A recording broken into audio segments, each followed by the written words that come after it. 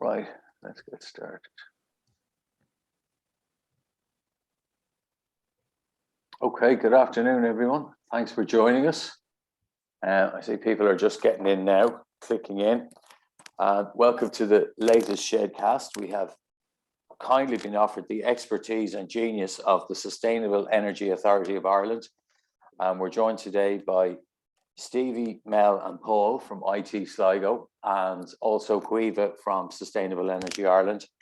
And they're going to talk us through the setup of what Sustainable Energy Ireland do, and the various courses that are on offer, and this is very much an introductory session, and we want to point you in the way of information. But saying that, I have some specific questions, and please do ask questions as we go on today.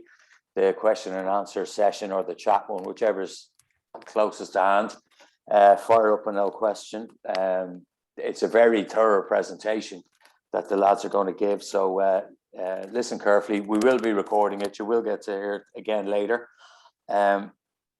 So without much further ado, I'm going to hand you over to Stevie Donnelly, who's going to take you through very much, as I say, a wide-ranging presentation. And I'm just going to flip the spotlight. Actually, as long as your screen, everybody can see the screen, okay, the slides are there. So I'll leave the camera set up the way it is. Maybe I'll try and spotlight you, Stevie. I just don't want to take away from the slides. So Stevie, you're very welcome, and thank you very much for joining us today. Thanks very much, Frank, and thanks to everyone else for joining today's webinar. So my name is Stevie Donnelly, with the IT Sligo Contract Research Unit.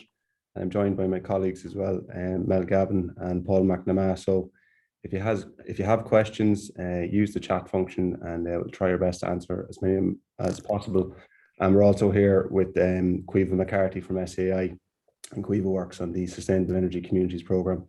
So I'm going to talk a little bit about the Sustainable Energy Community Programme, a little bit about renewable electricity policy in Europe and Ireland, and then I'm going to delve a little bit further into some of the key points around solar PV, what's happening, some of the terminology, just to try and get a bit of an introductory and an understanding of the technology. Okay. So yeah, the agenda, I'm just going to introduce ourselves, talk about the Sustainable Energy Communities Programme, renewable electricity policy, including what many people might have heard about now. It's in the news quite a bit. The Renewable Electricity Support Scheme, that's for large-scale renewable electricity generation. And then next you have the Microgeneration Support Scheme. That's the subject of a government consultation at the moment. It's actually closed for consultation, but if you're really interested in that, we actually did a webinar on that a number of weeks ago, so we can put up the link for that. Then we're going to talk about some energy basics, solar energy itself, and then some solar PV terminology. And we'll do a wee specification exercise. And again, don't be worried, there's no marks for anyone here. We're not going around correcting test sheets or anything like that. It's just to go through a wee exercise. And if it's something that the men sheds or specific groups want to do again, or do a more sort of thorough version of it, we can have a look at that for you.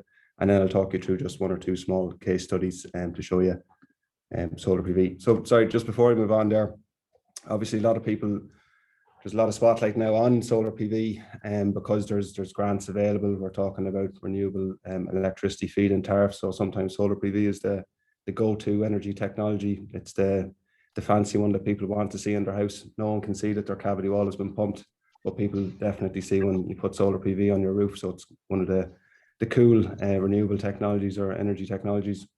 So just one key item that SEAI are always very clear about, and that we're clear about with the communities that we work with, is that you try and do some energy efficiency first. There's no point in putting solar PV on the roof of a building that's not very well insulated at all. So that's just a key point there. So it's energy efficiency first, and then once you've dealt with the energy efficiency, you then try and move on to solar PV technology or other types of renewable technology. So as I said, I work for the Contract Research Unit in IT Sligo. So we're part of the research office, and we provide dedicated outreach, research, development and innovation support to regional enterprises, communities, individuals in the public sector. So we're in this role today. We are part of the Border and West SEC programme. So we're the regional coordinators for that program. And then we also provide a bit of training as well through these webinars, depending on the different technologies. So you can see there we're involved in a whole range of activities with Enterprise Ireland, SEAI, and then we have a number of European research projects, Interreg Red Wolf, Symbioma, and AgroRes. So we're very much involved in delivering energy consultancy and research services from IT Sligo. So the Sustainable Energy Communities Programme, so the next couple of slides are specific SEI slides, but I'm going to go through them. So you may have heard of the Sustainable Energy Communities Programme. Some of you might be members of a Sustainable Energy Community. And I'm just going to talk through where it comes from. So at the top there, you have the UN Framework Convention on Climate Change, and that's COP stands for Conference of the Parties. So that's basically the UN Sustainable Development Goals. So that's at a worldwide level, that's kind of the high level targets are those goals. And then when you come down to a European level, you have the EU Energy Directives, and such as the European Green Deal, or the Clean Energy Package, which some of you may have heard of. And all that filters down then into national policy and Irish energy policy. So we have our national and climate and energy targets, and I'll show you a bit more about that now. And we've recently, or not too recently, we've had the Climate Action Plan released back in July 2019. And I think that's currently being updated.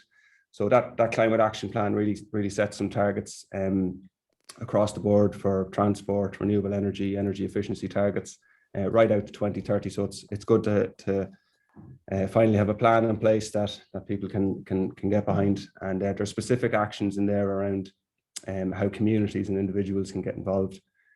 So previous to that, there was the Energy White Paper, and that talked a lot about the energy citizen and about how Ireland would transition to a low carbon energy future. So when you're talking about the energy citizen, you start talking about sustainable energy communities and how people as a group become engaged and enable this transition to low carbon energy future.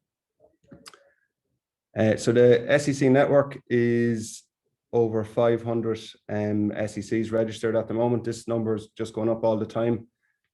Groups are joining the network, a wide variety of interests. So you could have tidy towns committees, you could have county councils, you could have housing associations, right down to just a residential level, like a street or an estate can join the SEC network if they wish. And it's a way for them to start talking together about energy and to start planning energy projects and efficiency projects. So there's a good mix of islands, rural and urban.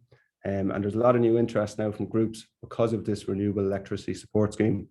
And again, that principle I spoke about at the start, it's all about energy efficiency first. That's really at the core of the Sustainable Energy Communities Programme.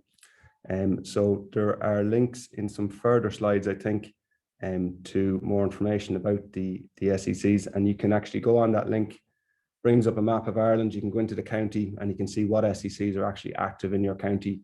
And if there's not one close by, you can think about setting one up yourself with your community. And if there is one close by, I'd encourage you to make contact with them and see if you can work together. So what is an SEC? A sustainable energy community is a community in which everyone works together to develop a sustainable energy system for the benefit of the community. And we achieve this by aiming to be energy efficient, using renewable energy where feasible, and also adopting smart technology solutions. And the way in which we do this, when you become an SEC, you're given the services of a mentor. So that's basically, I'm one of the mentors for the Sligo and Donegal. And we have a team of mentors working across the border in the west of Ireland. So what we do is we take the communities we work with and we take them through this learn, plan and do approach. And it's basically about how we engage community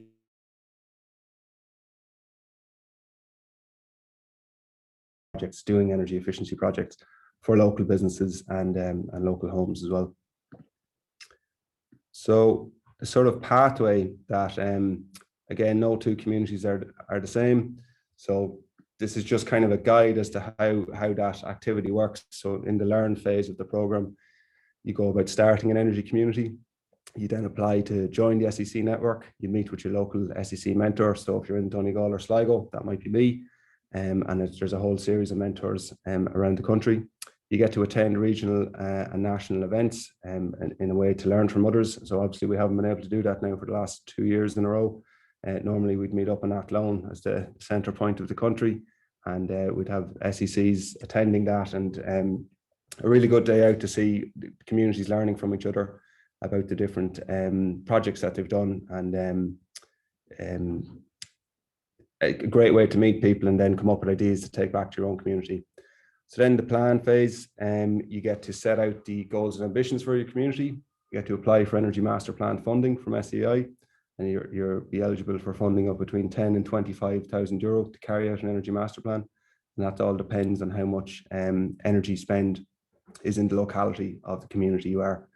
You appoint an Energy Master Plan consultant, you involve your community in the Energy Master Plan, identify a range of energy saving opportunities, and then you present that EMP back to your community. And then you hopefully go into the do phase where you look at funding opportunities to help implement what has come out of that Energy Master Plan, and you kickstart your project. Okay, so that whole process, there's no specific timeline on it, but it can take time to fully engage a community, apply for the funding, draft a tender, appoint a consultant, have the work completed, and then engage your community once again with the results of the Energy Master Plan, and then obviously look out for the relevant funding opportunities that are coming along. Okay, so it's kind of a long process. Just on the right hand side of your screens then is if you're looking at becoming an SEC, so it's split up into 4 regions. So Dublin Mid-East is handled by Codema, and there's the contact name there, Katia, and they look after counties Dublin, Kildare, Meath and Wicklow. Then in Midwest, Southwest, you've Ballyhore Development, CLG, and the contact point there is Catherine Smith, and so Catherine looks after Tipperary, Cork, Kerry, Limerick and Clare. The Border West is ourselves, the IT Sligo Contract Research Unit, and my colleague Mel is the contact point there. So we look after Galway, Mayo, Leitrim, Sligo, Donegal, Monaghan, Cavan, Louth and Roscommon. So it's a big area that we're trying to cover. Then the Midlands and Southeast is covered by 3 counties, Energy Agency and ORS. The contact points there are Jane Wickham and Isabella Donnelly. And the counties that are covered there are Longford, Westmeath, Offaly, Laois, Wexford, Waterford, Carlow and Kilkenny. And then just at the bottom there, we'll share these slides afterwards. So you'll be able to click into these links, and sec@seai.ie. That'll get you directly there to Caoimhe, who's on the call as well, if you have any questions about the SEC network. Okay, but don't hesitate to contact any of these contact points here if you're looking for more information about joining. Okay, so that's the SEC program. Now I'll just talk a bit about renewable electricity policy. So what we have is the Clean Energy Package, which is something that you've probably heard about over the last few years, and it's basically at an EU level an energy policy framework to facilitate our transition away from fossil fuels towards a cleaner energy and to deliver on the EU Paris Agreement commitments for reducing greenhouse gas emissions. So it basically looks at 5 things: energy security, the internal energy market, energy efficiency, decarbonisation of the economy, and then research, innovation and competitiveness. So there's a whole range of legislative packages, and again you'll hear different names. There's Energy Efficiency Directive, the Renewable Energy Directive, Energy Governance Directive. So it can be a bit overwhelming at times, but a lot of the policy that is introduced in Ireland and legislation, it comes from EU policy, and it's how we implement it. So that's where a lot of our targets come from. So that's just, we could do a webinar on that on its own, actually, the Clean Energy Package, but we don't have time to go into too much more detail on that today. And then just in terms of targets here, so renewable energy targets in Ireland. So for 2020, which obviously we've passed now, our target was 16% renewable energy targets, and that was split out across transport, heat and electricity. There's actually a more up-to-date report on this, but the figures haven't changed a huge amount. In actual fact, that heat target has gone down. I'm not sure what the exact reasons are for that, but it has gone down. Our progress towards the target has gone down. So you can see there how it's broken out. In transport, we're trying to have 10% of transport energy coming from renewable resources, and that is actually at 7.2% now. In heat, the target is 12%, and we've reached only 6.5% of that. And then in electricity, we've done quite well because it's a little bit easier to implement large-scale projects like wind farms and now solar farms. So our overall target for 2020 was 40%, and as of 2018, we were at just over 33%. Okay, So the new climate action plan now, if we had our target of 16% by 2020, so the new climate action plan actually now has a target of 70% renewable electricity by 2030. So it is a hugely ambitious target, which is going to be challenging, but that's why I suppose it's important that everyone tries to get involved, and that we're enabled to get involved. So there's still a lot of work to be done on that, but it's good to have an ambitious target like that and something to aim for. So that overall target, then there's also the support scheme for microgeneration. I'll talk a little bit more about that now. And what's key now with this renewable electricity support scheme is the idea that communities can become engaged, can become involved. They can create their own projects and provide renewable electricity and energy for their community, and also take a fee for that. So it's a really good program and opportunity for communities. Just flick through these points. So specifically then the renewable electricity support scheme. Okay, so it's a new government scheme to support the development of renewable electricity projects in Ireland. So this is different from the REFIT, which you might have heard of. So the RES design, the renewable electricity support scheme, it's a shift from a guaranteed fixed price for renewable generators, which was how they used to do it with the REFIT scheme. If you don't know what the REFIT scheme is, you will notice on your electricity bill, there's a PSO levy that's paid, and it goes up and down depending on the different calculations every year by the regulator. So basically the monies collected through the PSO levy are what go towards paying for the renewable energy in Ireland. It also pays for energy security as well. So now this new scheme has changed that. Instead of having that guaranteed fixed price, it has a more market-oriented mechanism, auctions, where the cost of support will be determined by competitive bidding between renewable generators. So you apply into a pot, a bid, or an auction, and you try and get a contract for roughly 15 years to cover the costs of what you're going to generate. And what's key about the renewable electricity support scheme, it has an enabling framework for community participation. So that's something that didn't exist at all really in the previous scheme. It was all about trying to hit the target, and I suppose you would have had a lot of developer-led projects. There still are, the majority will be developer-led, but now there's a certain element that is available to communities, and there's a target to have I think 15 community projects in the next RES auction. So this is for, if you're a community scheme, you're looking at having a project of between 500 kilowatts and 5 megawatts. Anything above that, you have to look at a different part of the RES scheme. So the auction is a pre-qualification criteria, and it includes offering the community an opportunity to invest in or own a proportion of the renewable projects. And there's also a community benefit fund. Okay, and there's there a role for trusted intermediaries and trusted advisors. So that's potentially a role, if you're a relatively mature SEC on the network, that's a role that could potentially play for your community in developing these projects. So just to give it an idea of sort of what's been happening, let's go back there. The RES 1 auction took place, there was a qualification in April 2020, and then the auction took place in July 2020, and then the notice of award happened in September 2020. And I've just put in a few links there, and there was a couple of community projects. There was 7 community projects within that. The rest would have been developer-led.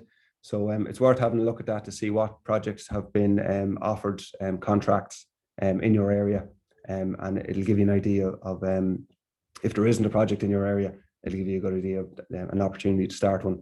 So a couple of links there to the AirGrid final auction results, which are worth looking at. ESB Networks have also released a community-led renewable energy projects, kind of like a guidance document. That's a link to the page there. And then also there's lots of information on the SEAI website as well. So again, not the time today to go into too much detail about it, but there are links there if you're interested in finding out more about it. Then we have the Microgeneration support scheme. So that's the consultation phase. That consultation, I think, ended in March or April. So again, this is different from the RES because it's smaller scale renewable generation. It's basically talking about rooftop solar PV on schools and farms and residential homes. So microgeneration is defined as technologies including solar PV, hydro, wind, and renewable CHP. That's combined heat and power, with a maximum electrical output of 50 kilowatts. So that's 0.05 of megawatt. And it's designed primarily for self-consumption in the property where it is installed. And at the moment, as of today, there's no feed-in tariff for any electricity that you provide back to the grid from, say, your rooftop solar. Okay, so the department are developing a microgeneration support scheme, and that's going to support the new deployment, deliver a route to market for citizens and communities to generate their own renewable electricity and receive a fair price when they sell the excess into the grid. So that consultation goes into the details of sort of their thinking. They've done a lot of analysis around it about how much excess electricity you would be able to feed back to the grid, what a fair price would be. So again, we ran a webinar on this, which goes into the design options. They have a high level design, and it gives you an idea of what they're thinking about. I think there was a target of having a scheme set up in July. I'm not sure if that's going to happen. I'm not exactly sure when it's due to happen. And again, it links back to the Climate Action Plan, Action 30, about developing an enabling framework for this microgeneration scheme to tackle the existing barriers and supports. And I have a link there to the public consultation. Obviously, again, the consultation's over, but the document is there, which gives an outline of the high-level design. Okay, so Frank, I know we said yesterday, instead of me rapping on, we'd see if there was questions at this point on some of the stuff I've covered, or even some of the other questions that were asked previously before we move to this next section. Yeah, great. And thanks very much. That's fantastic. And as I say, it's a mine of information for everyone out there. So, you know, all the links will be shared, and we are recording this. Gilbert McCarthy asks, I mentioned to you, his house was built in 1971. The cavity blocks were insulated with loose beads. He has a situation where he's trying to change the windows now, and none of the local contractors will touch it because they're afraid of bead lossage, I'd call it, or bleed. I don't know what the technical term is. But he's asked, have you any advice in that scenario? Very specific to get you started with, but any. Yeah. Mel, do you want to? Okay. I'll just put myself on mute. Mel's here. Yeah, so I have a similar house. It was built in 1972, and it's had the cavities pumped about 8 years ago. Mel, actually more like 10 years ago. You forget that last year didn't count. The beads should have been pumped in with a certain amount of a binder or an adhesive with them. So much so that when you do something like that, if you core out or take out a door frame or a window frame, you shouldn't get a complete loss. You're always going to get little bits coming out. Okay. Now, if builders have looked at it and perhaps they've assessed it and they think that it doesn't have that glue, then that might be the problem. Okay. So I don't have a great solution for you. What I would suggest is you could still do the changeover. If you're changing windows, it's probably a worthwhile thing to do anyway. I don't think you're going to get a full loss of the beads. Like I said, you know, the cavities are 100 mil. There's wall ties in there. They should have some of that glue on there to hold them in place. And the option then is to have the contractor give you a price for him to come back and repump after he's done it. Like I say, you're not going to have to pump the whole cavity. You're not going to get the whole lot falling out, but you might get gaps happening. So I would ask the contractor about that. Okay, that's great. Yeah, that's perfect. I hope that helps, Gilbert. There's another quick question here from Brian McCormick. I'll ask if you don't mind. And it's almost a search for information. Eligibility for home improvement grants, energy efficiency grants, I assume. Are all OAPs living on a state pension only eligible? I think he's implying I think he's tried, or he wants to know how can he suss out eligibility ahead of the fact before he goes ahead with anything. Okay, the scheme that he's probably referring to is called the Warmer Home Scheme. This is a scheme that provides a certain amount of free energy upgrades for people who are in energy poverty. So Paul has put up a link to the grants there. We'll put up a specific link in a little while to that grant. Now, the the reason we might be asking about OAPs is that if you are in receipt of a certain social welfare payment, you're considered in risk of energy poverty, and you can avail of these grants for free, or these upgrades for free. OAPs, as far as I know, all OAPs who are over 70 are entitled to the fuel allowance. And the fuel allowance is one of those social welfare payments that makes you eligible for these upgrades, these free upgrades. So we'll put a specific link up there, but just have a look. There's bullet points of about 6 different social welfare payments. If the person you're thinking of is the homeowner, they need to be the homeowner, and is in receipt of one of those, then they're eligible to apply for those upgrades. It's a very worthwhile scheme. One other thing I would remind people on that is that in recent years, the carers allowance has been added to that. So if you happen to know any carers living in their own home or living with the person they're caring for, that's another good thing to let them know about. Okay, that's fantastic. Thanks, Mel. Brian, I hope that helps. You might need to check out the starting point, i.e. if you're entitled to a fuel grant, and take it from there.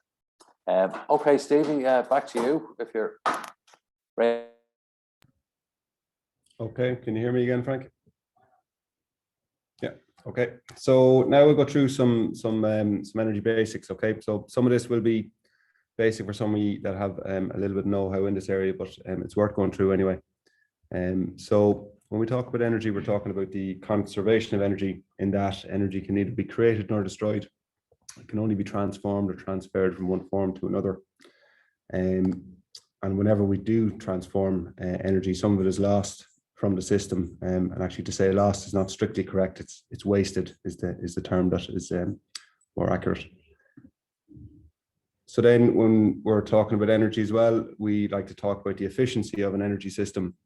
And just to give this example here of an oil or gas boiler. So within oil or gas is a chemical energy. And if you imagine that there's 100% energy embodied within that raw chemical product, or it's not raw, sorry, it's been refined. But there's 100% chemical energy in that oil or gas.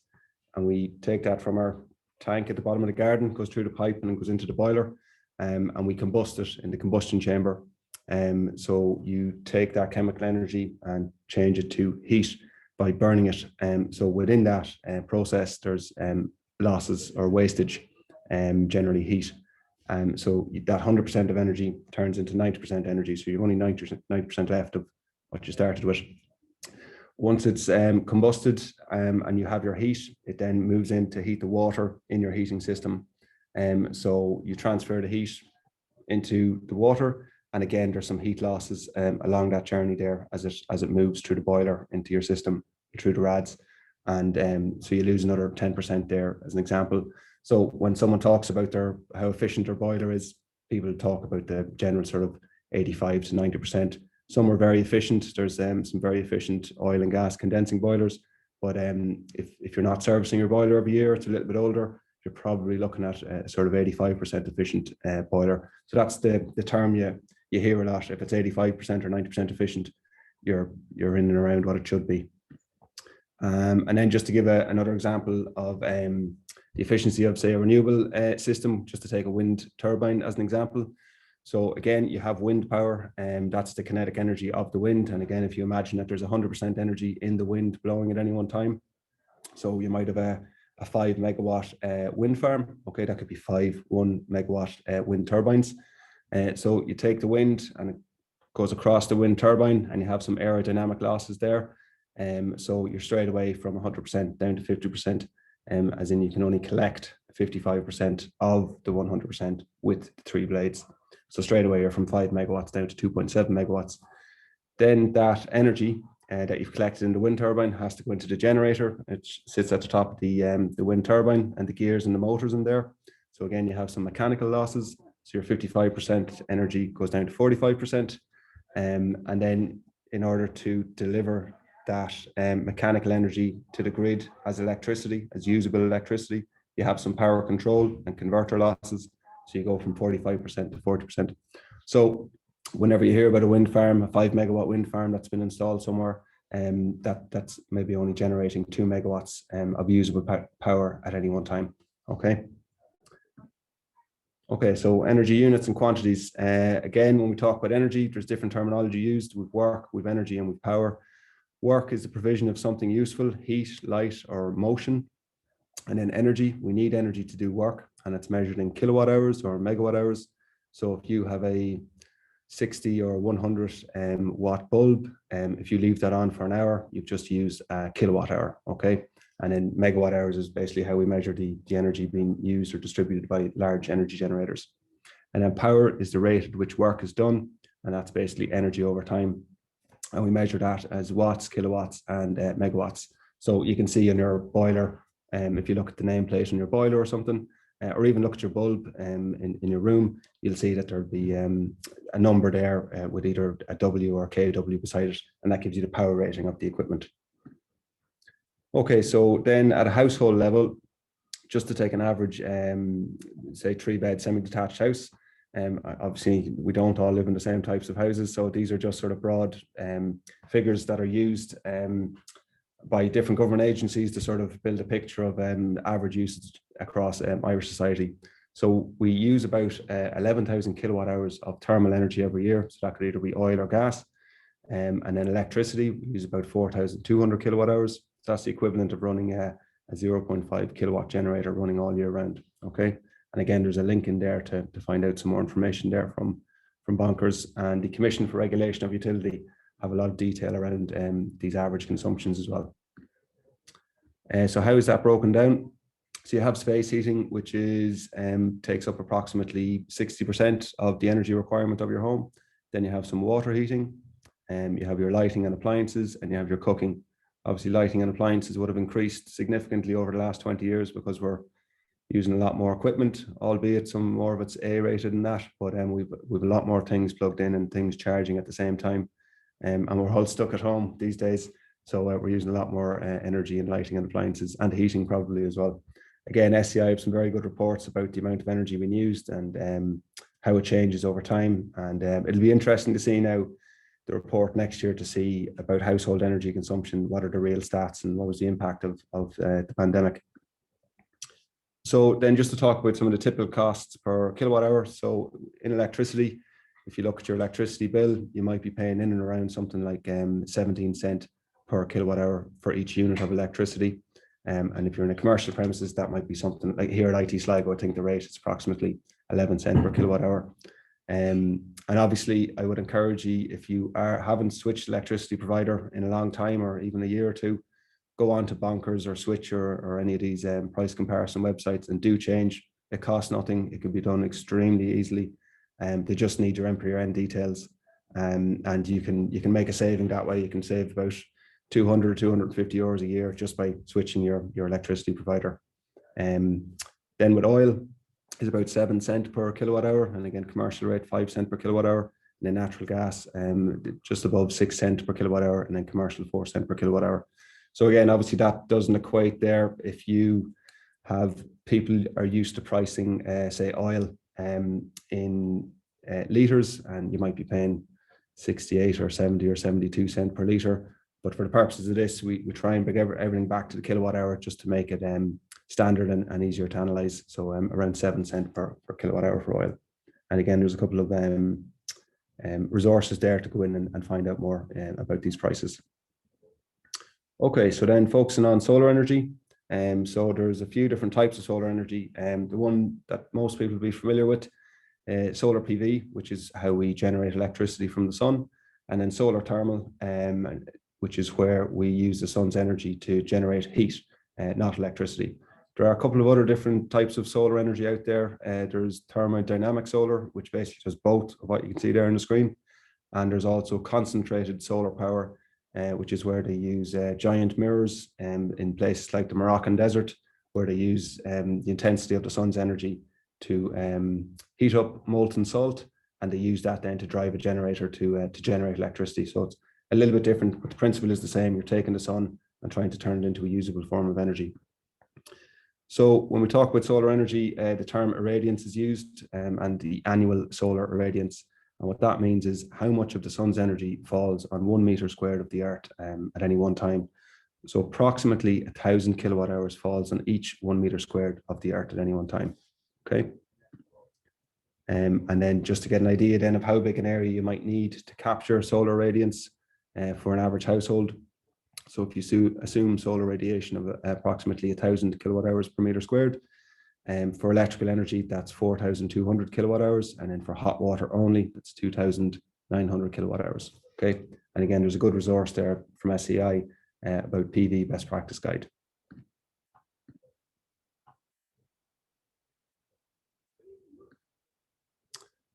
Okay. And then again, sticking with the solar resource, you can see the table here just talks about the annual solar radiation, the amount of kilowatt hours of solar energy that falls on a meter squared.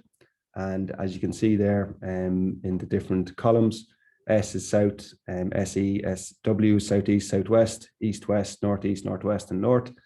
These are the different, depending on which way the sun faces. Obviously, we all want a nice south-facing garden. South has the best solar resource. So if any solar contractor comes around to your house and says, yeah, sure, we can stick some solar panels up on your north roof, walk away from that transaction straight away. So you can see here that the best way to generate electricity or to get the best solar resource is on a south-facing roof at between a 30 and 45 degree angle. So that's ideally what you're looking for, okay? And then obviously this is just an example of the solar radiance. It'd be similar across the country. We've just taken the example here of Strandhill here in Sligo. And obviously in January, it's not too good. It's low in the sky, whereas you come into your summer months and it's producing very well, and then back down into the winter. So you can see how you begin to build a profile of your energy use in your home and say, well, how does solar PV suit my home?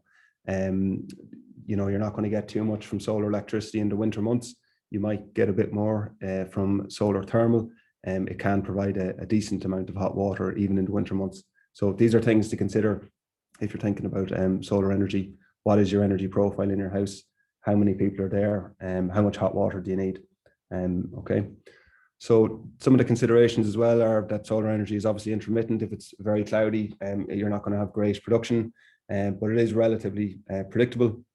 It suits a hot water supply in the summer, suits high summer electrical demand, such as cooling or refrigeration. It doesn't suit space heating and doesn't suit schools or summer break, and requires a backup supply or storage. And there's information as well about SEAI's domestic solar PV grant, which gives a grant out for an amount of solar and also for a battery that you would potentially install. And just to give the example that we here in Ireland have pretty much the same solar resources as a lot of Northern European countries. We've the similar resources. Denmark there, and you can see there as of 2016, we only had about 1 megawatt of installed capacity of solar energy in Ireland, whereas in Denmark, they had nearly 800 megawatts installed from 2015. So this is all to do with government policy and EU targets and what the government decides to do and where they decide to put the resources. Okay, so we're hopefully going to see those numbers creep up as because the policy is coming into play now. So just to talk a little bit about solar thermal, how it works. The sun's energy comes onto these panels, heats up the glycol inside. That goes through your pump station into your twin coil cylinder. You might have to get a new cylinder installed if you're putting in solar thermal, and then that can feed directly into your domestic hot water, or else preheat into your condensing system. So well-designed solar thermal system. So again, this is just for hot water, not electricity. It can supply about 50 or 70% of your annual hot water demand, and it can provide an element of backup heating for your hot water requirement even in the winter months. Again, ideal south facing at 30 or 45 degree angle, and approximately 800 or 1300 per meter squared of collector area. That's the panel size basically. So approximately 6 meters squared is what's required for a 4 or 5 person household. So the cost of that is about 4,000 to 7,000. And your payback, I think there might have been a question there about payback, is generally around 8 years, depending on where you are in the country. If you're down in the sunny southeast in Wexford, your payback's going to be a bit more than if you're up here dark northwest of Ireland. So and then obviously there's a grant available from SEAI. Actually, that grant detail there might not be correct because it has changed a little bit there at the start of this year. And you'd be mindful as well of what the best system is to use, whether you should install solar PV or solar thermal, it comes down to the profile of your house and your energy consumption, and what might suit you best.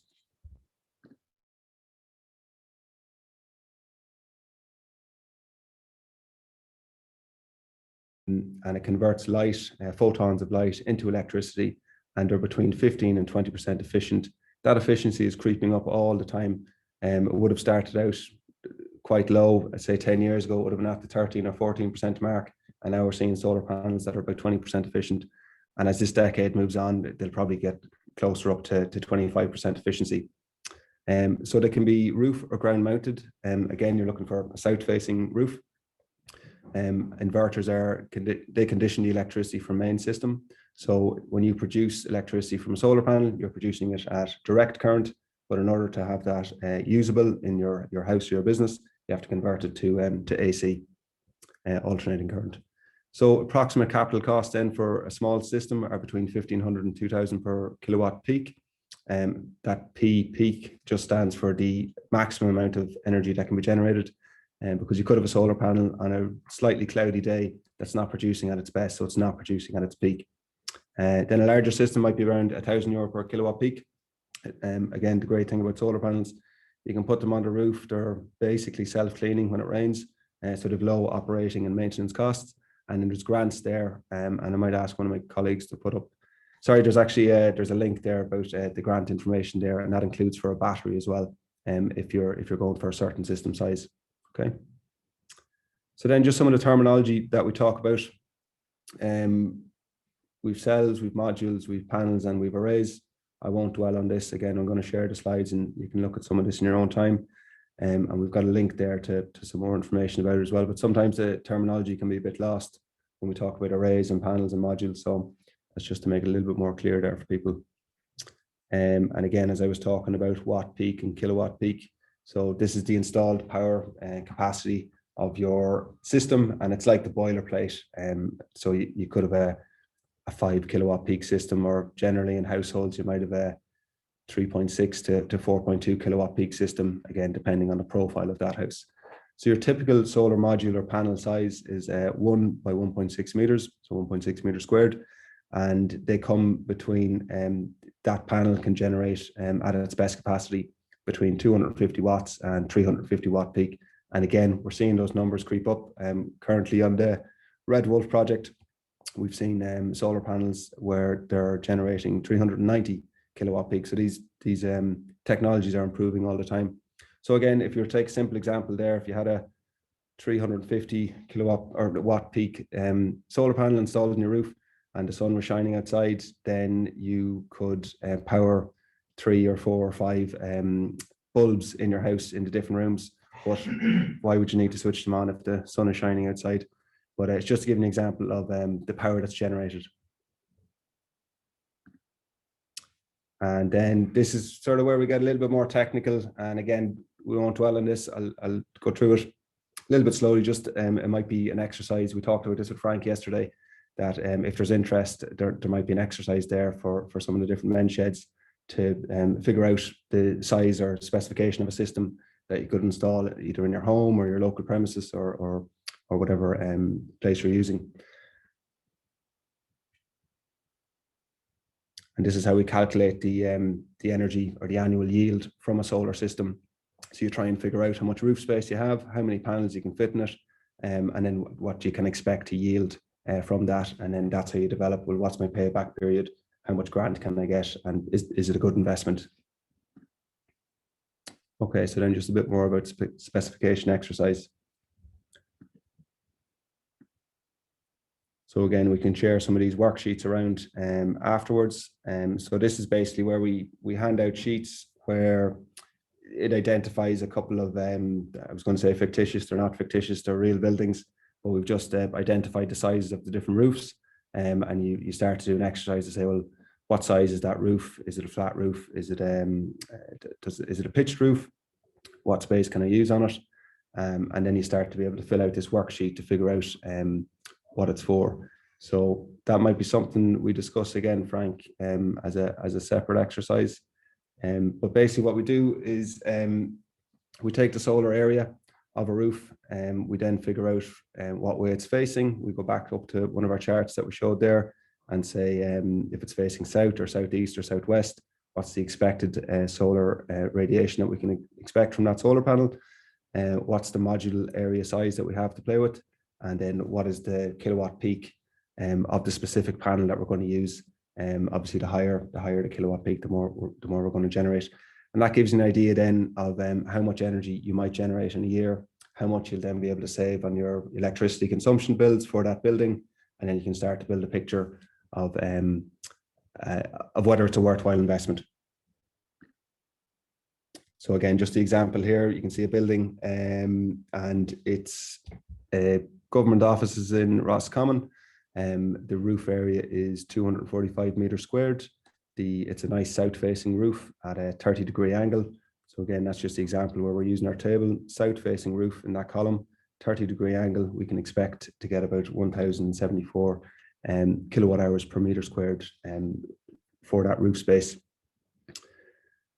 Obviously, we're not using the full roof space. The 245 is the entire roof. We're only able to really use the south-facing roof. So we take 50% off the total straight away, and we're down to 123 meters squared. And again, we've used the array direction there to figure out how much solar radiation we'll get. Then this is just showing that we are taking basically the spec sheet from a solar PV module. This example here is a 370 watt solar module. So we take that amount of wattage per panel per 1.7 meters squared. So we're dividing that 1.7 meters into our total area of the roof, the south-facing side of the roof. So it's 123 meters squared divided by 1.7, which is the panel size. So this says we can fit 72 PV modules on that roof. And if each of those is producing 370 watts, again at its best, then we can divide that by 1,000 for kilowatts. So it's 370 watts divided by 1,000. That's just to turn watts into kilowatts. And so the system size you'll be looking at here is a 0.37 kilowatt system for that roof. Sorry, let's go back there. And then just in terms of the calculations, we calculate the installed peak power of the solar PV system is the area by the watt peak divided by 1,000. So 73 by 0.37. Sorry, so it's a 27 kilowatt peak system that we'll be using. And then in terms of, that's the system size, what's the expected annual yield? How much energy will that generate throughout the year? We have a calculation here at the bottom, and it will produce, and again, it's only an estimate, and it's good to compare these things at the end of the year. Some years will be better than others, which is the same for wind farms. So you might be able to generate approximately 23,000 kilowatt hours on that roof. So that's just a couple of points there about the estimation, about picking a solar PV project.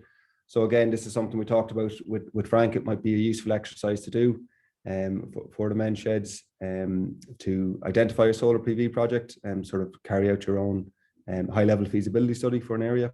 And again, we're trying not to use the full roof area for various reasons. You have to leave a certain amount of step back from the edge of the roof. So we normally say you can use about 60% of an actual roof space.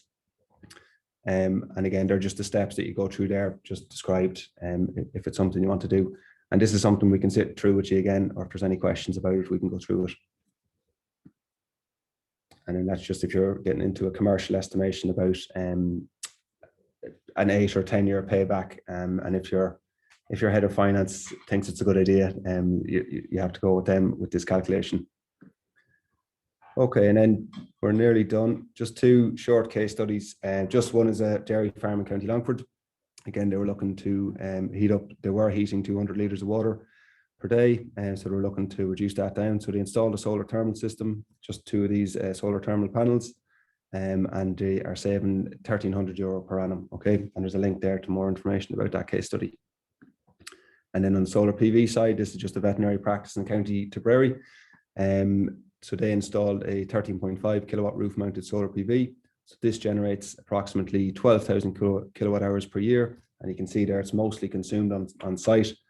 So they might consider now using this microgeneration support scheme. If they're able to feed a certain amount back to the grid, they can also use that to generate an income from their installation, which will again shorten their payback period. And again, a key point here is this excess energy is diverted into water heating or exported. So sometimes people will want to install a solar PV system on their house, and they'll straight away want to get a battery as well. Don't forget that your immersion heater is a battery in itself, and that any excess to be used is can be put into your hot water tank and used, and that'll stay hot for a period of time. And again, the simple payback on that one there was about 10 years. And then there's just some more resources that we have. We pretty much have links to those in some of the other slides. So that's it from us. Quick whistle-stop tour of solar PV energy. So happy to take some questions now, Frank, about that. Stevie, fantastic. Absolute brilliant amount of information there. And I am going to ask you a couple of questions, if you don't mind. One you alluded to from Eugene Condon, and he just asked in relation to PV cells, can you show the rough payback time? And he talks about a combination of cells, night rate, use, transfer. And I think he answered that in around the sort of the 8-year mark. The good news for Eugene is he does have a south-facing roof, which is a major factor. So I hope that's helpful for you, Eugene, and I will absolutely put you in touch with the guys to let you do that high-level feasibility study for yourself based on the calculations you showed. I had a question. One thing I didn't realize is the angle to the sun is important. So if I go out and look at my roof and I gauge it to be 45 degrees, or let's say a steeper roof, can that be adjusted, or are you stuck with the way your roof is pitched, if you know what I mean? Is there any wiggle room with supports, or you know what I'm trying to do, sort of? So with let's say you have a flat roof, you might have a shed with a flat roof or something like that, you can put in, you can angle your solar PV panels a certain way, and you can use ballast to keep the weight down. But in terms of if the roof of your house is a higher pitch than that, it shouldn't be really. But you might look at, if you have ground area that you could use, you'd be looking for flat roof space, or what we're starting to see now, especially in commercial, is where people have car parks, and you can install a sort of a carport or a car cover, and you could install solar PV on that. Again, that's adding to the expense of your overall system. But yeah, so definitely, if you're considering it, you need to get a solar installer out to the house to say, you know, is this suitable? They're supposed to do a proper, I suppose, questionnaire or survey to say how many people are living in the house, where's the roof space, and try and figure it out that way. But yeah, in some cases, you may not be facing the right way. You might be overlooked by buildings. So again, it just might not be suitable for your site. But you're not out of the game if you have a flat roof, because no, they can't not be at all. adjusted. Great. Other question on battery storage. Okay, a typical week in Ireland, if there is such a thing, but you get sunshine lasting Monday, Tuesday, and then you get the low rolls in from the Atlantic, and you don't see the sun again till Friday. Are you still using the hot water on Friday that you generated Monday, Tuesday, as a rule of thumb? And again, just as a rule of thumb. Yeah, your tank will lose a bit of if you're talking about a battery and your hot water tank just acting as a thermal battery of excess solar PV, that's not going to hold on to that all week. You're going to have to, it will hold on to it for a day or two, but then you're going to have to switch on the immersion to heat that up on Friday if the sun hasn't shone in the meantime, to reheat it again. In terms of an actual electrical battery, again, that will only hold on to its charge for a certain amount. You might charge that up on a Monday or Tuesday, and then if you want to use that on Friday, it will have reduced by an amount, and there's losses in the system. So ideally, the best way to use solar PV is at the time. Use it. You know, let's say, for example, you had your solar PV generating during the day, and you were meeting your house demand, and you might say, geez, it's a very sunny day, I can store some of this electricity in my battery, and actually I'll switch on the dishwasher and my washing machine tonight. And it's making those sort of clever changes, or even having some of those things changed with those things under control with, say, a smart plug. We're starting to see those kind of offerings from electricity suppliers as well, where you don't have to be on your phone on an app all day checking when is it sunny, I'll switch it on now. The decision will be made for you. So we're starting to see products like that coming along. So the question you're asking there is, people are starting to think about those things. It's like, how do I use this energy? I don't want to waste the energy that I'm after producing on my roof. And interestingly, hopefully we'll see the idea of peer-to-peer sharing, where if I'm generating a load of electricity and I'm gone away for the weekend with the family, why can't I give that electricity to my neighbour if they have a demand for it? That idea of peer-to-peer sharing, it's not currently facilitated in Ireland. If it was, it would be through a private arrangement, but obviously we would like something like that to be able to happen.